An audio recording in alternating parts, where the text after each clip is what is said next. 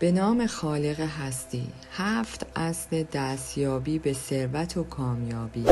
اصل 5، تسلط بر زمان. فصل 8. چگونه می توانیم یک مدیر آگاه زمان باشیم؟ چند سال پیش برای سخنرانی در آفریقای جنوبی بودم و تصادفاً به مقاله کوتاهی از آرنولد بنت با موضوع زمان برمیخوردم.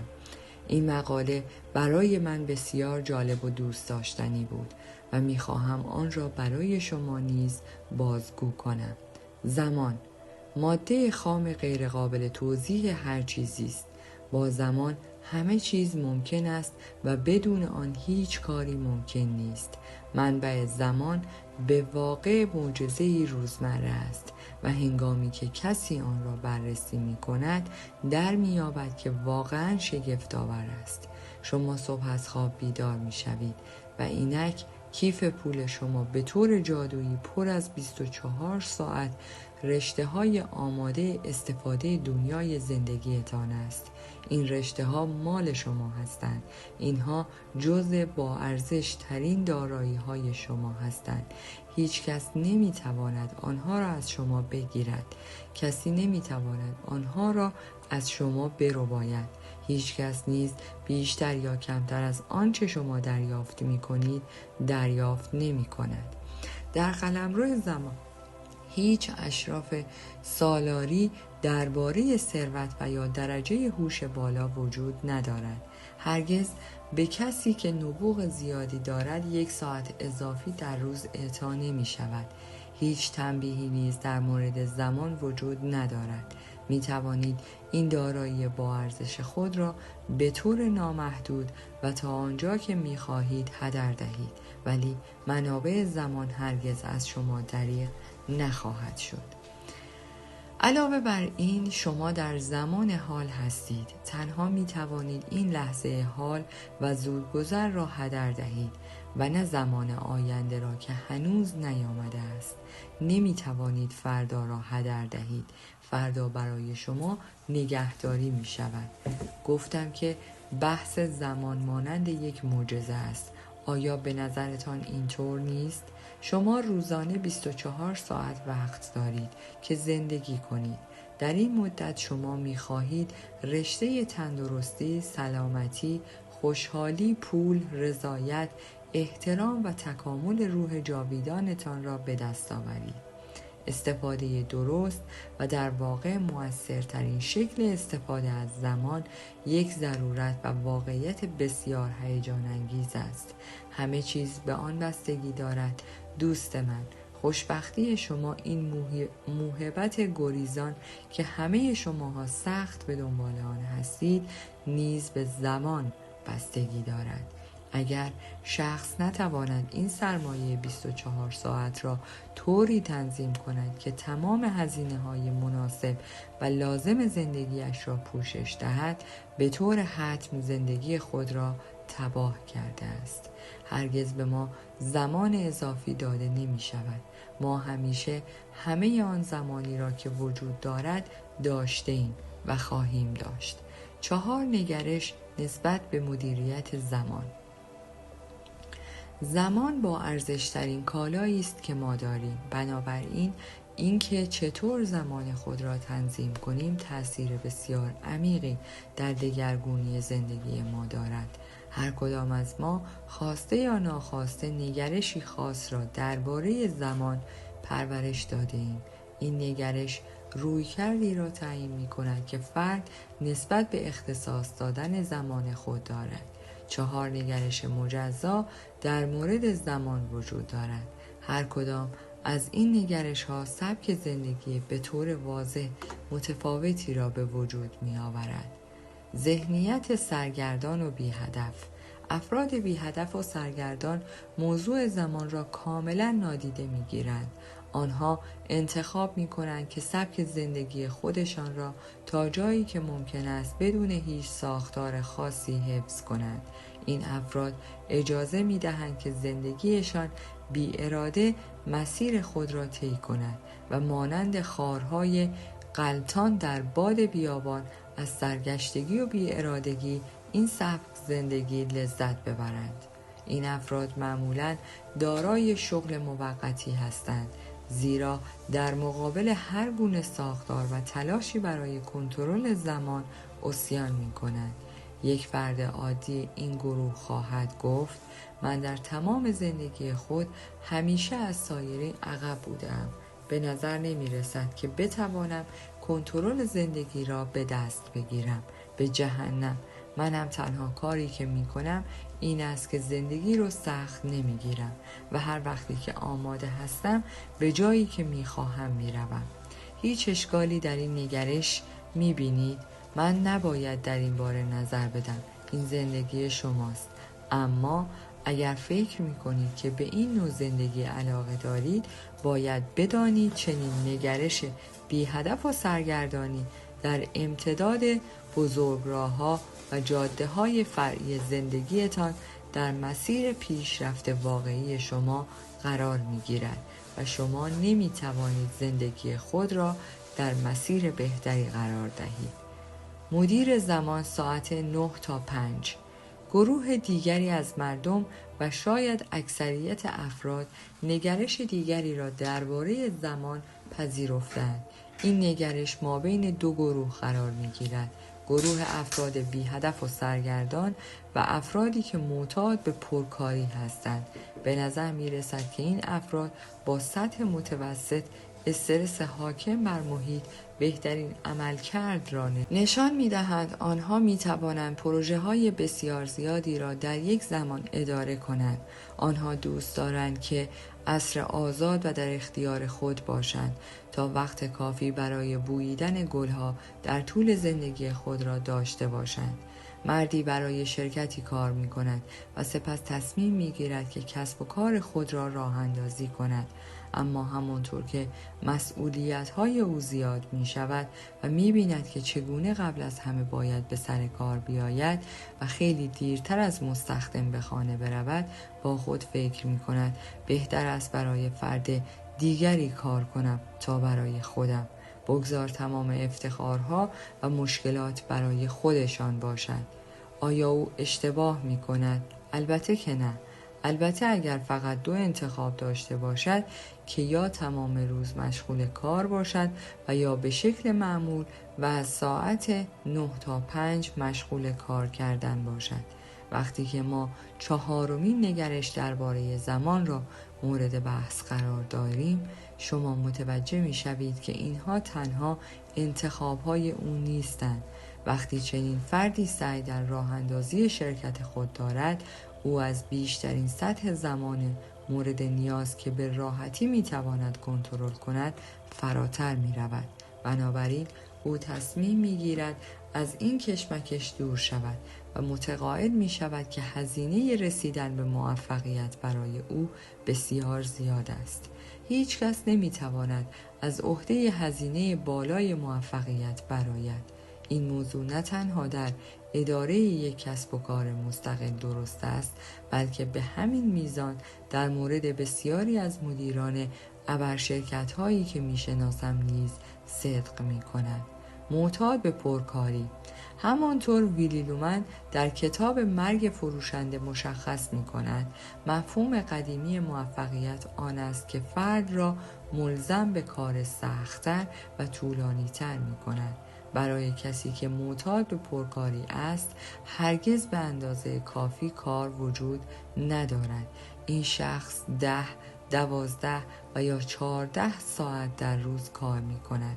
شخص معتاد به پرکاری ممکن است 2 شغل داشته باشد و آنها را پشت سر هم انجام دهد، اما رضایت تنها زمانی به سراغ او می آید که در برابر خواب پیروز شود، لذت انکار شود و کارهای بیشتری به اتمام برسند.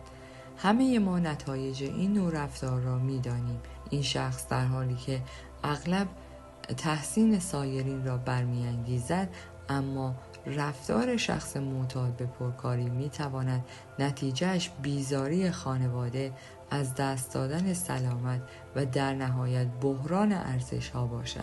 طعنه‌آمیز است، اما این اشخاص همیشه بیشترین پول را به دست نمی آورند، زیرا افراد اغلب درگیر انجام کار هستند تا به دست آوردن نتیجه.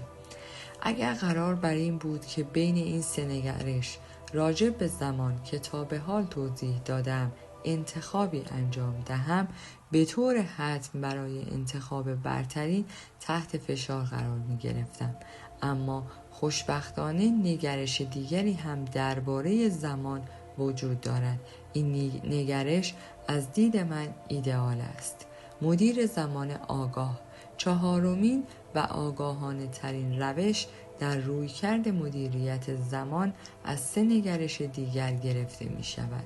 یک مدیر آگاه زمان برای هر بخش از زندگی خود لازم است زمان لازم را اختصاص دهد. او حتی زمانی را برای بی‌هدفی و یا به عبارتی زمانی برای انجام ندادن کار برنامه ریزی می کند. مانند شخصی که از ساعت 9 تا 5 کار می کند، می تواند که ساعتهای کاری را باید محدود کند و کیفیت زمان را برای حفظ سایر ارزش‌های مهم مانند ارزش خانواده در نظر بگیرد. او همچنین مانند افراد معتاد به پرکاری هرگز از کار کردن در ساعتهای طولانی نمی ترسد، مگر تنها وقتی که لازم است. آنچه که یک مدیر آگاه در امر زمان را برجسته می کند، توانایی او برای برنامه ریزی جهت کار کردن به اندازه کافی و در عین حال بیشتر و مفیدتر از افراد معتاد به پرکاری فعالیت انجام دهد. نه بیشتر کار کردن با تمرکز روی سودمندی بیشتر در هر ساعت به جای ساعتهای بیشتر کار کردن. مدیران آگاه زمان به دنبال راه‌های جدید برای چند برابر کردن تولیدات می‌گردند. به عبارت دیگر، آنها ثروت را با استفاده از قدرت نفوذ در کار افزایش می‌دهند.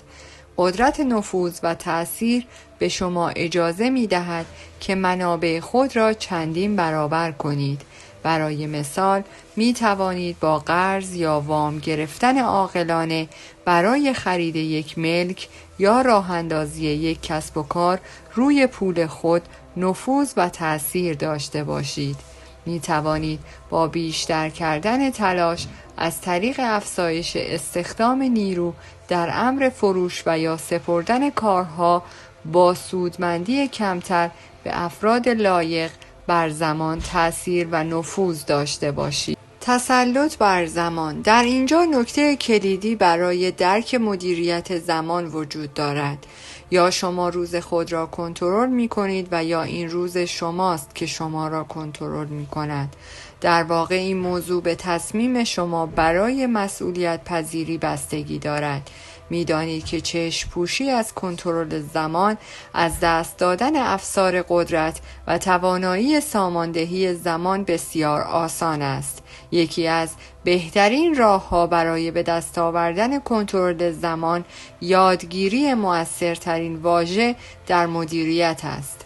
آیا می‌دانید این واژه تاثیرگذار چیست؟ این واژه نه است. توانایی نه گفتن را یاد بگیرید. من هنوز با این واژه مشکل دارم. خیلی راحت است که به هر چیزی بله بگوییم. خیلی راحت است یک شخص خوب باشیم. نتیجه بله گفتن این است که ما ساعات طولانی را می‌گذرانیم و سعی می‌کنیم خود را از زیر بار مسئولیت‌هایی خارج کنیم. مسئولیت‌هایی که از ابتدا نباید آنها را. من بالاخره یاد گرفتم که به خوبی و بدون اینکه بد به نظر برسم نه بگویم. چگونه؟ روش من اینطور است و میگویم نه، فکر نمی کنم که بتوانم این کار را انجام دهم، اما اگر نظرم تغییر کند به شما خبر می دهم. به نظرتون این بهتر نیست که به افراد زنگ بزنید و به آنها خبرهای خوب بدهید و بگویید که می توانید آن کار را برایشان انجام دهید. این روش را امتحان کنید و نتیجه را ببینید. یکی از دوستان من، ران رینالدز، این گفته را خیلی دوست دارد. نگذارید حرفهای شما روی دوشتان سنگینی کند. راهی دیگر برای تحت کنترل داشتن روزهای زندگیتان این است: وقتی کار می کنید کار کنید و وقتی بازی می کنید بازی کنید.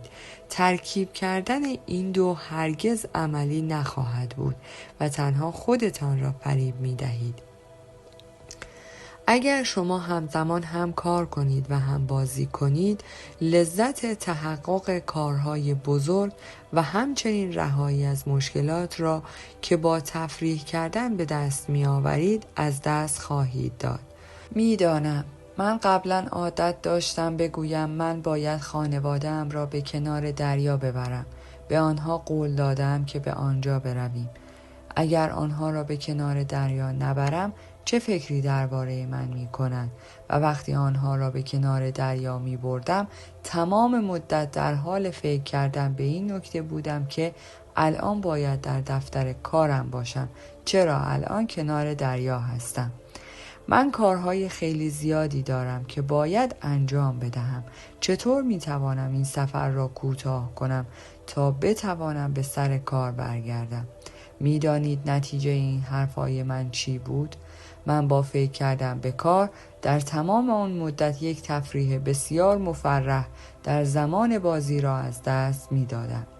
من همینطور عادت داشتم که برعکس این کار را نیز انجام دهم و می گفتم می خواهم ساعت 3 از کار بزنم بیرون و بروم و در جاده خلوت موتور سواری کنم. حدس بزنید بقیه روز به چه چیزهایی فکر می کردم. درسته، موتور سواری در جاده.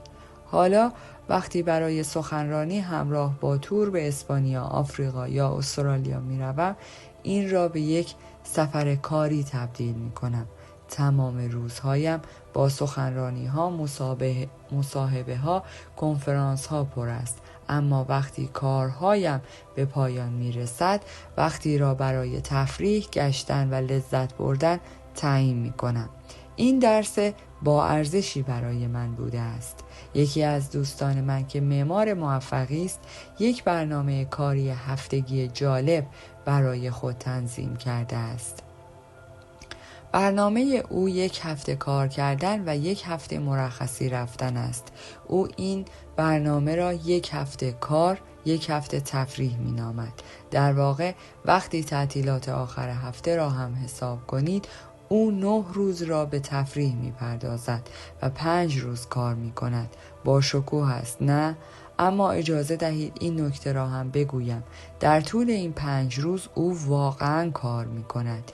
نمی توانید باور کنید که او چه گردبادی از فعالیت ها را ایجاد می کند.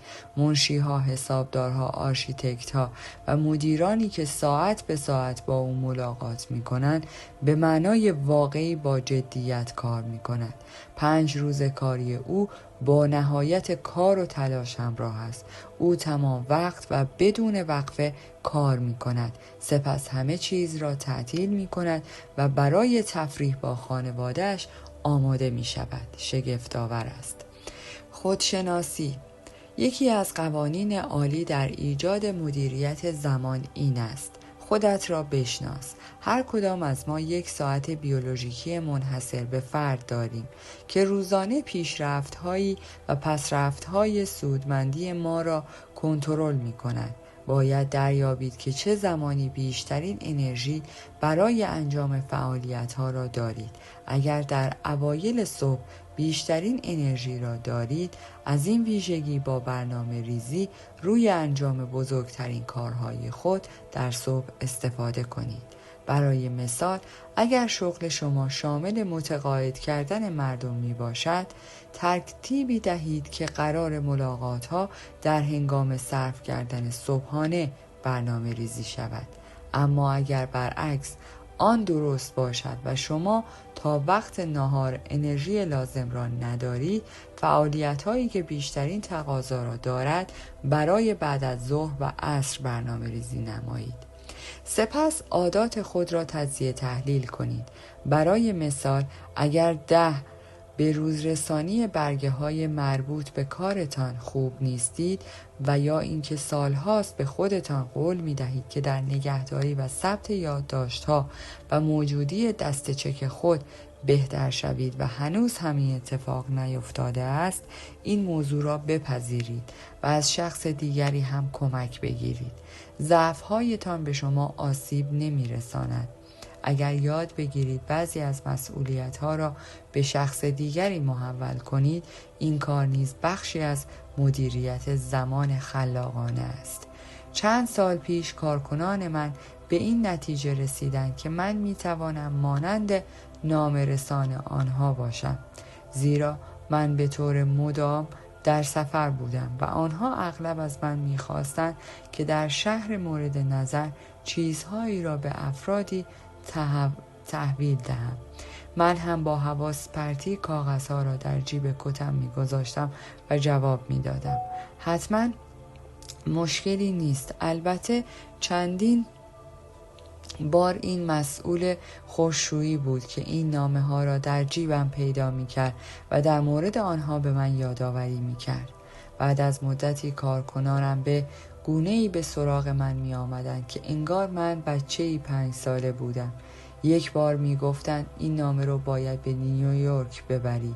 مطمئنی که این بار آن را تحویل می دهی؟ می گفتم بله، البته که شما می توانید روی من حساب کنید. هی، من آدم بیهوشی نیستم. لازم نیست بگویید که به هنگام برگشت از سفرم آن برگه ها هنوز در کیفم بودند.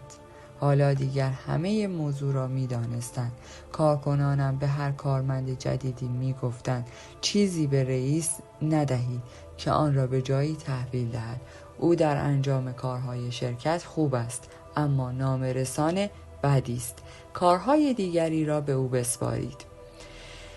این نتیجه است که می‌خواهم به آن برسیم. به نظر من چیز بدی نیست که بپذیرید شما نمی‌توانید در تمام موارد خوب باشید. البته این تا زمانی بد نیست که به اندازه کافی هوشیار باشید و اجازه ندهید ضعف‌هایتان شما را از رسیدن به اهدافتان باز دارد. در حقیقت خودشناسی جنبه بسیار مهمی از مدیریت زمان است. تلفن.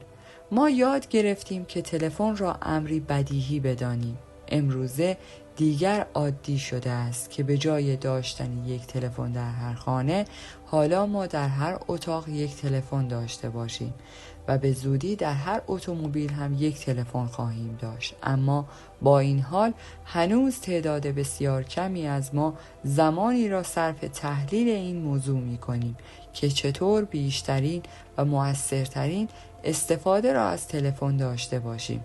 بنابراین باید بدانیم همانطور که تلفن میتواند ابزار بسیار سودمندی باشد، در عین حال میتواند یکی از مزاحمترین ها نیز در زندگی شما باشد که وقت شما را تلف میکند. میدانم همانطور که تلفن وسیله قابل توجه برای شماست، برای باقی افراد نیز وسیله مهم است. همانطور که شما می توانید به راحتی با فرد دیگری تماس بگیرید، دیگران هم این توانایی را به راحتی خواهند داشت.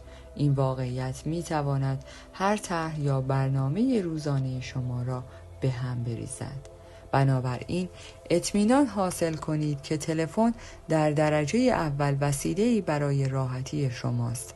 افراد و زمانی که آنها می توانند با شما تماس بگیرند را در کنترل خود داشته باشید.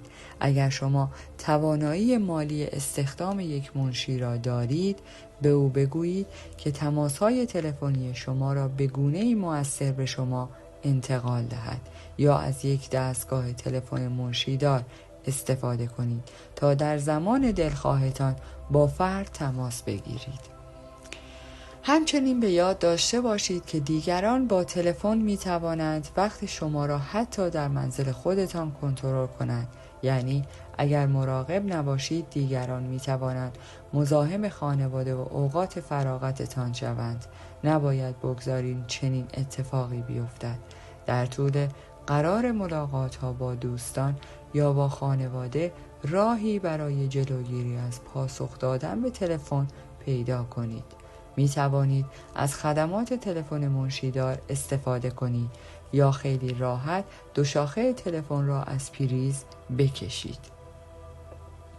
خانواده و دوستان شما بسیار مهمتر از آن هستند که صدای زنگ مداوم تلفن وقتی را که برای آنها اختصاص داده اید از شما بگیرد.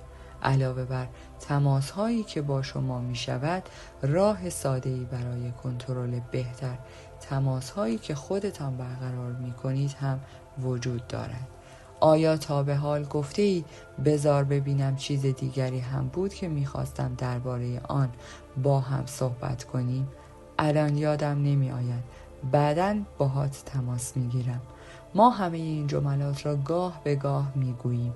این کار علاوه بر غیر حرفه‌ای بودن یک نوع وقت تلف کردن بزرگ هم هست. راه حل چیست؟ قبل از هر تماس تلفنیتان نکات مهمی را که می‌خواهید به آنها اشاره کنید در یک تکه کاغذ بنویسید. این کار باعث می‌شود مکالمه شما مفیدتر، کوتاه‌تر و همچنین حرفه‌ای‌تر شود و همچنین شما گزارشی از هر تماس تلفنی خواهید داشت. اگر شما باید مکالمه ای را دوباره انجام دهید، الان شما اطلاعات لازم را جلوی خود خواهید داشت. برای مثال می توانید بگویید جان، راجع به آن 4 چیزی که آن روز با هم صحبت کردیم چه کار کردی؟ و اگر جان جواب داد کدام 4 چیز راجع به آن صحبتی نکردیم، شما می توانید به آرامی گزارش کتبی مکالماتتان را به اون نشان دهید. سازماندهی مؤثر زمان.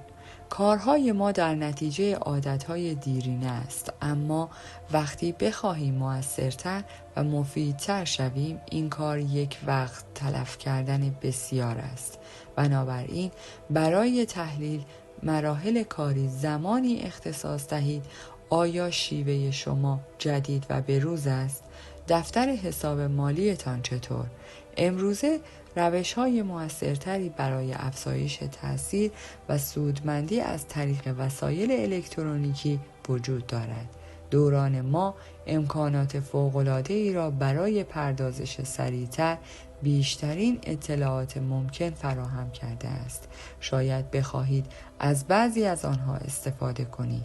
من در دفتر خود یک رایانه دارم که می توانم کارهای شگفت‌آوری با آن انجام دهم و زمان زیادی را صرفه جویی کنم. به علاوه لپتاپی دارم که می توانم به هنگام سفرهایم از آن استفاده کنم. بعد از وارد کردن اطلاعات تنها و از طریق یک مودم آنها را به رایانه اصلی خود انتقال می دهم. با این کار می توان بسیار در زمان صرفه جویی کرد. البته این وسایل جدید و شگفت انگیز الکترونیکی می تواند منجر به از دست دادن زمان هم بشود. میلیون ها نفر تنها برای نگهداری شماره تلفن ها و یادداشت هایشان رایانه خریدند. این کار مثل سوار ماشین شدن و رانندگی کردن برای دیدن همسایه‌تان است. بنابراین باید با دقت بررسی کنید که چطور از این ابزار الکترونیکی استفاده کنید و اگر کار شما دشوار و پیشرفته است برای کمک از یک کارشناس بهره بگیرید.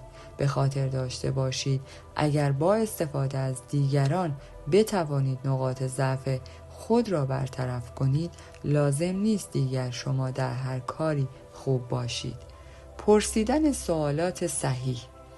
وقتی مدیریت مردم را به عهده دارید، یکی از بزرگترین انواع صرفه‌جویی در زمان پرسش سوال است. به طور خاص‌تر پرسیدن سوالهای صحیح. ما در روانشناسی رفتاری می آموزیم که هر چیزی در نتیجه چیز دیگری است. وقتی مشکلی پیش می آید، این مشکل معمولاً هشداری است برای اینکه مشکل عمیق‌تری در زیر آن نهفته است. بهترین روش برای رسیدن به علت اصلی هر چیز نتیجه گیری ناگهانی نیست، بلکه پرسیدن سوال هایی است که لیندا فروش خوبی ندارد. ما میگوییم بسیار خوب، ما باید برای لیندا درباره فروش یک سخنرانی کنیم. یا این که باید از رئیس او سوال کنیم چرا لیندا فروش خوبی ندارد. رئیس لیندا هم ممکن است بگوید او به اندازه کافی تماس تلفنی برقرار نمی کند. ما جلوتر می رویم و می پرسیم چرا به اندازه کافی تماس تلفنی نمی گیرد و پاسخی که می شنویم این است: به این دلیل که فکر می کنم که او کار خود را زود شروع نمی کند. فکر می کنم که می توانیم اینجا سوال پرسیدن را تمام کنیم و سعی کنیم در لیندا ایجاد انگیزه کنیم. اما در عوض سوال دیگری می پرسیم: چرا لیندا کار خود را زود شروع نمی کند؟ حالا با این سوال به اصل موضوع می رسیم. شاید لیندا مشکل شخصی دارد. شاید این مهارت‌های فروش اون نیست که احتیاج به پیشرفت دارند. دلایل اصلی وجود مشکلات مهمی است که معمولاً در زیر لایه‌های متعددی دفن شده اند. با بهتر شدن در پرسیدن سوالات صحیح می توانید سریعتر به دلایل اصلی مشکلات برسید و به این ترتیب وقت زیادی را برای خودتان ذخیره کنید. 4 روش فکر کردن بر روی کاغذ. یکی از بزرگترین ابزار برای مدیریت زمان موفق توانایی فکر کردن روی کاغذ است. به وجود آوردن یک کار موفق مانند ساختن یک خانه است. شما نظریات را تجسم می کنید، آنها را روی کاغذ می نویسید و در آخر آنها را اجرا می کنید. در شرکت من شعاری داریم که می گوید از روی نوشته ها عمل کنید و نه حدسیات. برای ساختن یک روز نیز شما باید روی کاغذ فکر کنید. وقتی یک نفر صبح از خواب بیدار می شود و می گوید بذار ببینم امروز چه کاری خواهم کرد، دیگر خیلی دیر شده است. بهترین کاری که یک نفر در این مورد می تواند انجام دهد این است که بقیه روز را کاری نکند و برای روز بعد، هفته بعد و یا ماه بعد برنامه ریزی کند. فکر کردن روی کاغذ یک فرایند خلاقانه است. کارهای بسیار زیادتری از صرفاً نوشتن، کارهایی که باید انجام داد لازم است. در حقیقت 4 روش متفاوت اما ضروری وجود دارد که شما باید از آنها برای برنامه‌ریزی در زندگی خود بهره ببرید. دفتر یادداشت‌های روزانه. من در سخنرانی و سمینارهای خود وقت زیادی را صرف تشویق استفاده از یادداشت‌های روزانه می کنم. من این کار را انجام می دهم زیرا باور دارم که ابزار بسیار ارزشمندی برای دانشجویان جدی و مصمم هستند. یک دفترچه یادداشت روزانه جای جمع‌آوری خوبی برای تمام اطلاعات و آگاهی است که با آنها مواجه می‌شوید. نظرات خوب تقریباً می‌توانند از هر جایی نشأت بگیرند. شاید توصیه‌های مفیدی شنیده باشید و یا ممکن است اطلاعاتی را در جایی بخواهید که بتوانید به شما کمک کند. حتی ممکن است راجع به یک ایده مهم در حال رانندگی فکر کنید. نکته این است اجازه ندهید ایده های خوب از شما فرار کند. یک نظر و یا ایده خوب می تواند زندگی شما را تغییر دهد اگر آن را به دست بیاورید. مهم نیست کجا هستید، همیشه یک دفترچه یادداشت روزانه را در تمام اوقات همراه خود داشته باشید. دفترچه برنامه پروژه ها. هر چقدر که با مشتاق و پرمشغله باشید باز هم پروژه های زیادی دارید که روی آنها کار می کنید و با افرادی زیادی در ارتباط هستید. آدمای پرمشغله مانند شما اغلب احساس می‌کنند شعبده بازی هستند که باید بشقاب‌ها را به صورت همزمان در هوا بچرخانند. این کار آسانی نیست. یکی از بهترین روش‌ها برای کنترل خود تهیه یک دفترچه برنامه‌ریزی، یک دفترچه کلاسوری با برچسب‌هایی است که اگر با افرادی کار می‌کنید قسمت مجزایی را در دفترتان برای هر فرد اختصاص دهید. زیر برچسب هر فرد تمامی اطلاعات مربوط به او را ثبت کنید. کارها، تاریخچه خانوادگی، اهداف، توانایی‌ها، نیازمندی‌ها و یا هر چیز مربوط دیگری را بنویسید. به عنوان یک مدیر شما ممکن است بخواهید اطلاعاتی مانند دفاتر خرید با چارت‌های عملکردی را هم در دسترس داشته باشید. بدین ترتیب اگر لازم باشد تمام عملکردها را ارزیابی کنید، شما اطلاعات واقعی و مفیدی را در اختیار خواهید داشت. حالا با توجه به کار یا حرفه خود همچنین ممکن است بخواهید برای هر فرد یا بخش از اداره بخشی را اختصاص دهید و یا ممکن است بخواهید اقلام هر پروژه را طبقه بندی کنید. این موضوع به خودتان مربوط است. نکته کلیدی در متمرکز کردن تمام داده هاست، به طوری که بتوانید به راحتی روی آنها تمرکز کنید، بدون اینکه مجبور باشید مدت زیادی را صرف یافتن اطلاعات در تعداد بسیار زیادی از پرونده‌های فراموش شده کنید. از دفترچه برنامه‌ریزی می‌توان برای امور شخصی هم استفاده کرد. برای مثال می‌توانید هزینه‌های فرزندانتان را یادداشت کنید. فکر می‌کنید یادداشت اطلاعات درباره فرزندانتان غیر دوستانه است؟ خب بگذارید از شما چند سوال بپرسم. آیا آخرین کارنامه کودکتان را به یاد می‌آورید؟ اگر به خاطر می‌آورید بگویید چه فرقی با کارنامه قبلی دارد. فرزندتان از شما خواسته بود که در چه مراسمی حضور داشته باشید. آیا آنها را یادداشت می‌کنید؟ آیا آخرین مکالمه هایی را که با هم داشته اید را به خاطر می‌آورید؟ نگرانی اصلی کودک شما در چه مورد بود؟ می‌دانید بچه‌ها تمام تمایلات با والدین را به خاطر دارند.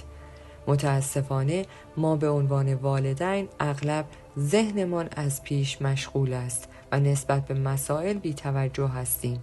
یادداشت اطلاعات در بخشی جداگانه مربوط به هر یک از فرزندانتان می تواند همیشه ضرورتها را به یاد ما یادآوری کند. به طور طبیعی با نگاه کردن به سرمایه‌گذاری‌ها، سیاست‌های بیمه، مواردی از این دست امور مالی شخصی شما نیز از این روش سود می‌برد. حالا آیا شما واقعاً به یک دفتر یادداشت روزانه یا دفترچه برنامه‌ریزی نیاز دارید؟ نه. البته اگر همه آنچه را که می‌خواهید یک زندگی باشد، هیچ کدام از اینها واقعاً مهم نیستند. اما برای آن دست از شماهایی که در راه سفر برای دستیابی به ثروت و خوشبختی هستید، این روش ها می تواند پیشرفت شما را به طرز باور نکردنی سرعت ببخشد. تقویم و سررسید. روش دیگر برای منعکس کردن افکارتان روی کاغذ استفاده از تقویم روزانه است. وقتی راجع به تقویم صحبت می کنیم، منظورم آن تقویمی نیست که از آن فقط برای نوشتن قرار ملاقات ها استفاده می کنید. منظور من روز شمار است. روز شمار دفتر روزانه قرار ملاقات ها و برنامه های شماست. اما این روز شمارها کارایی بیشتری برای شما دارند. از آنها می توانید برای ثبت هزینه‌های تجاری، جلسات، نتایج، مکالمات تلفنی و فهرست کارهایی که باید انجام دهید استفاده کنید. همچنین می توانید از آنها به عنوان دفتری برای جمع‌آوری اطلاعات و برنامه‌های روزانه یا هفتگی که می خواهید در دفترچه برنامه‌ریزی یا دفتر یادداشت روزانه بنویسید استفاده کنید. به آنها به عنوان یک تقویم مرکزی نگاه کنید که در آن تمام اطلاعات روز، هفته، ماه و حتی سال را دنبال می کنید. برنامه بازی. یک برنامه بازی می تواند با توجه به نتیجه بازی زندگی شما سبب رخ دادن تفاوت‌ها در جهان شود. اصطلاح طرح بازی کنایه آمیز است، اگرچه به نظر می رسد که ما از اهمیت برنامه ریزی برای یک بازی فوتبال یا بسکتبال آگاه هستیم، اما باز تعداد کمی از ما زمانی را برای کشیدن طرح زندگی خود اختصاص می دهیم. در اینجا به اولین و مهمترین قانون طراحی برنامه بازی زندگیتان توجه کنید. تا زمانی که برای کل روزتان برنامه ریزی نکرده اید، آن روز را شروع نکنید، زیرا هر روز در زندگی شما مثل یک صفحه ارزشمند در نقشه زندگی شما برای ثروتمند و خوشبخت شدن است. همیشه قبل از اینکه روزتان را شروع کنید برای آن برنامه ریزی کنید. این کار را هر روز انجام دهید. آره، میدانم این همه نوشتن ممکن است کسل کننده باشد، اما به خاطر داشته باشید ارزش در نتیجه تلاش است، نه امید. اگر روزی بر مهارت برنامه ریزی روزهایتان مسلط شوید، شما هر روز آماده هستید که به مرحله بالاتری بروید و به سطح بالاتری از موفقیت برسید. نکته کلید بعدی این است تا زمانی که برای کل هفته خود برنامه ریزی نکرده اید، آن هفته را شروع نکنید. قبل از اینکه هفته خود را شروع کنید برای آن برنامه ریزی کنید. تصور کنید زندگی شما چگونه خواهد بود.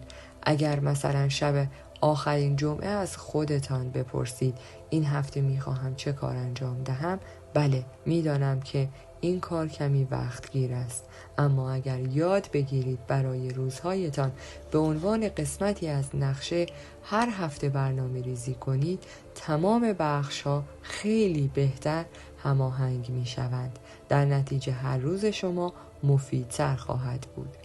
وقتی روی برنامه ریزی خود برای یک هفته مسلط شوید، قادر خواهید بود زندگیتان را برای یک ماه برنامه ریزی کنید. بنابراین نکته کلید بعدی این است تا زمانی که برای کل ماه برنامه ریزی نکرده اید، آن ماه را شروع نکنید.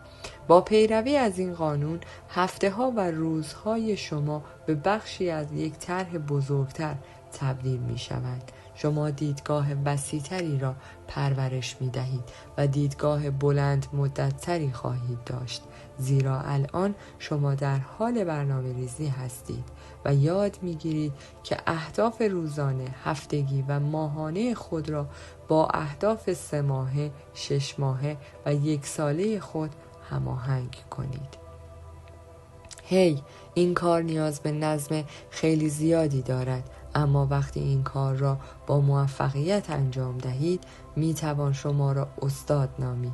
احتمالاً برای تسلط یافتن بر زمان مسیری طولانی پیش روی شما خواهد بود، اما مطمئن هستم که از دیدگاه، مزه آن و همراهی اساتیدی مانند خودتان لذت خواهید برد.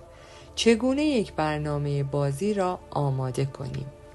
درباره آماده کردن برنامه یک بازی 2 نکته وجود دارد که باید بدانید. اول، یک برنامه بازی مانند یک صفحه کاغذ بزرگ است، اما به جای لیست کردن اعداد از کارها و فعالیت‌ها فهرست برداری می‌کند.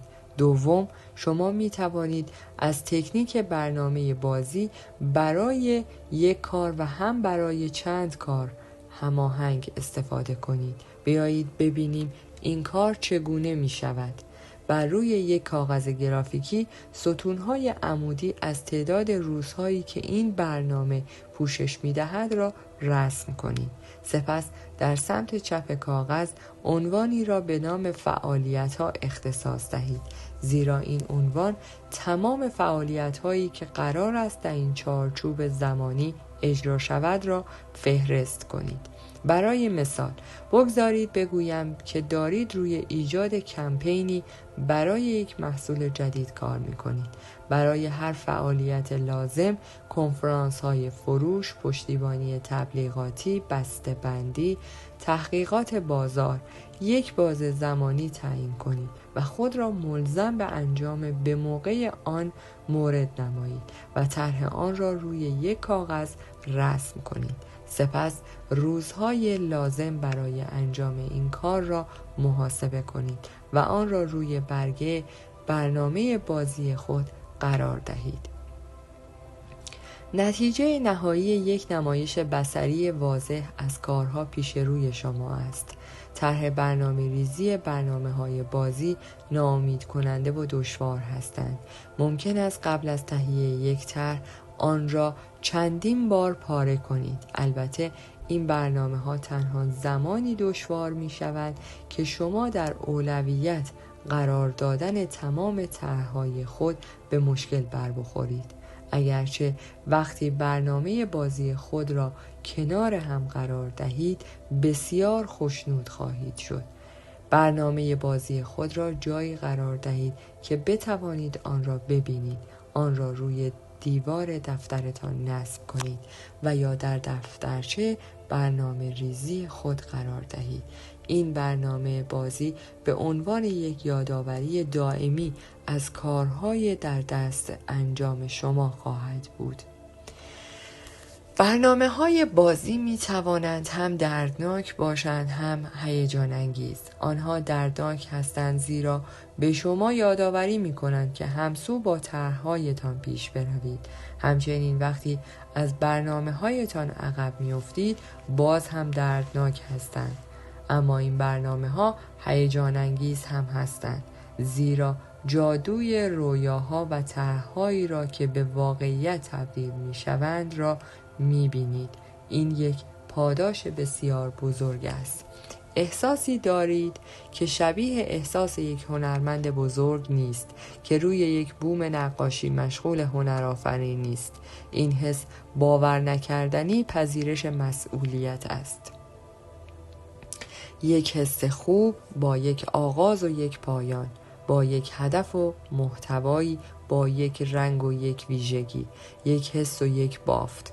این روز خوب در موارد زیادی تأثیر می‌گذارد و یک خاطره و گنجینه با ارزش می‌شود. هنگامی که یک روز خوب به روز خوب دیگری تبدیل می‌شود، این نشان دهنده شاهکار بودن زندگی است. برابری تجربه و روحیه. همانطور که یک نفر یک بار گفت در نیمه شب پیام‌آورانی بالدار می آیند و تمام این تکه ها را جمع می کنند و آنها را به جایی می برند که تصور اصلی نگهداری می شود و مطمئناً در زمانی خاص پیام‌آوری به دیگری می گوید صبر کن تا وقتی این یکی را ببینی. در پایان از شما دوستان عزیزم می‌خواهم برای حمایت بیشتر ما کانال ما را به دوستان خود معرفی کنید. برای انرژی بیشتر ما رو لایک کنید و برای ادامه پرقدرت‌تر سابسکرایب. تا درودی دیگر، درود و 200 بدرود.